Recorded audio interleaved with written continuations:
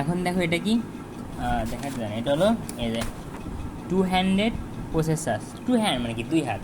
আচ্ছা, একটা কাজ করার সময় আমাদের কি হয়, শুধু কি এক হাত কাজে লাগে? এক হাত না, আমাদের কিন্তু দুই হাতও অনেক সময় কাজে লাগে। হ্যাঁ, তো এখানে টু হ্যান্ডেড প্রসেসার দ্বারা বোঝায় যে আমার বাম হাত কী কী কাজ করতেছে আর ডান হাত কোন হাত কী কী কাজ করতেছে সেগুলো লেখা। মানে বাম হাত কী কী কাজ করতেছে ওগুলো লেখা, আর ডান হাত কী কাজ করতেছে সেগুলো লেখা। মানে বাম হাত যে কাজগুলো করবে সেই কাজগুলো এক সাইডে লিখবো, আর ডান হাত যে কাজগুলো করবে ওগুলো অন্য সাইডে লিখবো, বুঝছো?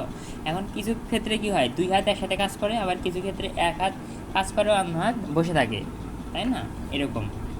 তো এখন দেখো এখানে তোমাকে বলছে যে কনস্ট্রাক্টে two handed process chart for assembly of nut bolt. Nut আর বোল্ট থাকে না, নাট আর বোল্ট, এই যে এটা হলো কি তোমার কি বোল্ট। বোল্ট মানে বড়, এই লম্বা যে দণ্ডটা থাকে ওটা বোল্ট, আর এই গোল যেটা থাকে ওটা নাট, তাই না? বোল্ট, নাট আর বোল্ট একসাথে কীরকম প্যাঁচ দিয়ে না আটকায়, তাই না? এই নাট বোল্ট আটকানোর ক্ষেত্রে তোমার টু হ্যান্ডেড প্রসেস চার্টস আছে। মানে নাট বলতে তুমি আটকাবা একসাথে। নাট বলতে একসাথে এক হাত দিয়ে আটকানো যায় না, দুই হাত দিয়ে কিন্তু আটকাতে হয়। তো নাট বোল্ট আটকানোর সময় আটকানোর সময় কোন হাত কী কাজ করবে এটা তোমাকে দেখাতে হবে আর কি। তো এখানে উপসভারে বলে লিখবা টু হ্যান্ডেড প্রসেস চার্ট কোন মেথড ইউজ করতেছো। এখানে হলো প্রেজেন্ট মেথড ইউজ করা হয়, বুঝছো? এখানে তো ওটা লিখে দিবা, প্যারা নেই।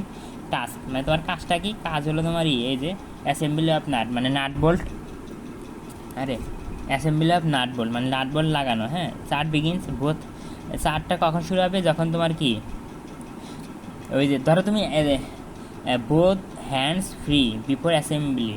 মানে ওই যে অ্যাসেম্বলি মানে কি, লাগানো, মানে নাট বোল্ট লাগানোর আগে তোমার হাত দুটা কি ফ্রি থাকবে, মানে নাট বোল্ট লাগানো নেই ওই অবস্থায় হাত দুটা চুপচাপ থাকবে, হাত কোনো কাজ করবে না। আবার এই যে both has free after assembly মানে লাগানোর পরেও তোমার হাত দুটা ফ্রি থাকবে, বুঝছো?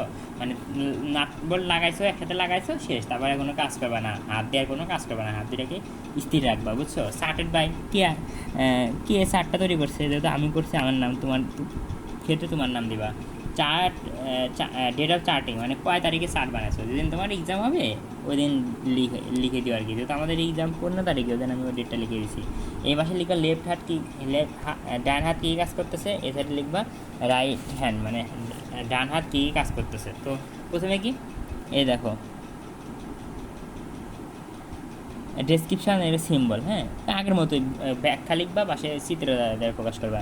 রিচ ফর বোল্ড, মানে কি, ধরো স্বাভাবিক অবস্থায় এটা তোমার বোল্টটা এখানে আছে, তুমি এই বোল্টের সাথে নাট যুক্ত করবা, তাহলে কি তোমার হাতটা বাড়াইতে হবে না? মানে এই যে বোল্টটা ধরার জন্য কি, বোল্টটা ধরার জন্য কি হাতটা আগাতে হবে, মানে হাতটা বাড়াতে হবে। তো এটা লিখছি যে রিচ ফর বোল্ট মানে এই যে বোল্টটা ধরার জন্য হাত বাড়ালাম, যেহেতু হাত বাড়ালাম মানে হাতটা ধরে এখানে ছিল, হাতটা বাড়ায় এখানে নিছো, তো এইভাবে কল্পনা করবা।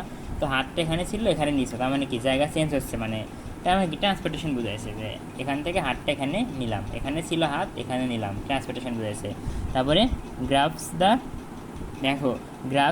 The bolt, bolt head. হ্যাঁ, মানে ওই যে কি, বোল্টের মাথা, ওই যে মানে বোল্টের মাথাটা ধরলা, এই যে ধরো এটা বোল্টের মাথাটা ধরলা, তাহলে বোল্টের মাথাটা ধরা একটা কি কাজ, এই জন্য আমি অপারেশন, তাই না, একটা কাজ, এই জন্য এটা দিচ্ছি। তারপরে ক্যারি টু সেন্ট্রাল পজিশন, মানে ধরো যে নাট বোল্ট এখানে আছে, তুমি ধরলা, ধরে কি যেখানে তুমি নাট বোল্ট একসাথে জোড়া লাগাবা, ধরো এখানে ছিল, এখানে নিতেছো আর কি।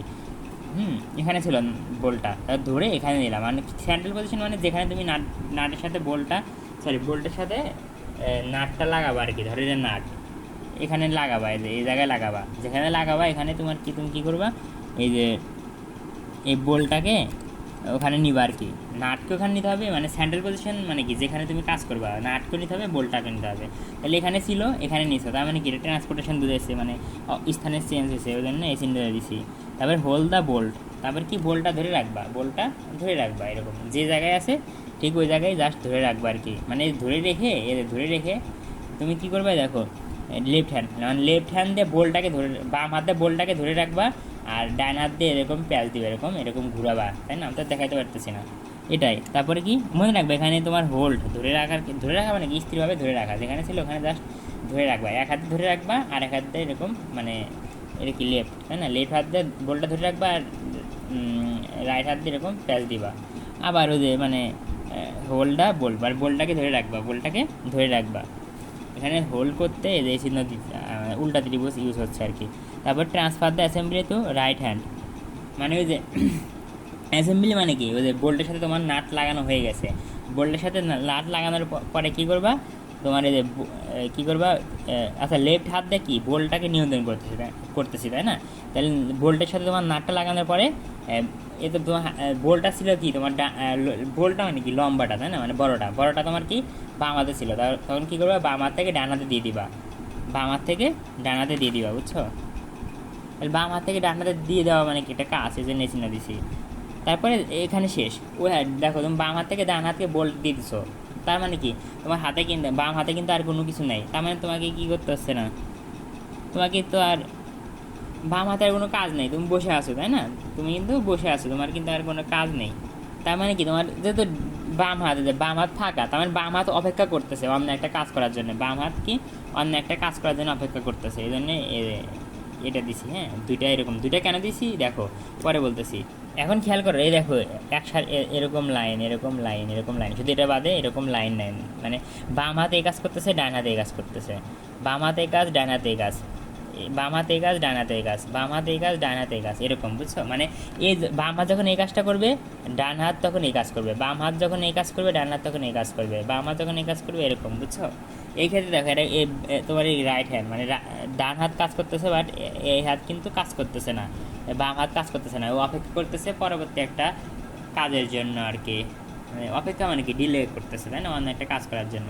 অন্যভাবে এই যে তোমার নাট কি লিখছি আল্লাহ জানে, ও এখানে দেখো এই যে নাট ধরার জন্য হাত বাড়াবা, তারপরে নাটকে ধরবা, তারপরে কি ক্যারি ওই যে সেন্টার পজিশনে নিয়ে আসবা নাট, তারপর কি প্লাস দ্য নাট অন বলতে হবে, তারপরে কী করবা বোল্টের উপরে, মানে বোল্টের উপরে নাটকে রাখবা, এটা কি অবশ্যই যে রাইট হাত দিয়ে কাজটা করবা, যে ধরো এটা তোমার বোল্ট, এই বোল্ট ধরো খাড়া করতে পারতেছে না, এটা তোমার বোল্ট, তুমি কী করবা এই যে ডান হাত দিয়ে বোল্ট তাই না, ডান হাতে কী করবা, এই যে বোল্টের উপরে এই যে নাটটা রেখে দিবা, এরকম মানে রেখে প্যাচ দিবা তাই না। আচ্ছা, তারপরে এই যে ও বুঝতেছে এগুলো কি সব কাজ, এই জন্য এগুলো দিছি। তারপর কী করছি দেখো, অ্যাসেম্বলিটাকে ধরছি, মানে অ্যাসেম্বলি মানে কি যে নাটের সাথে বোল্টটা লাগাইছি, লাগানোর পরে ধরছি আর কি, ধরা কি একটা কাজ, এই জন্য চিহ্ন দিছি।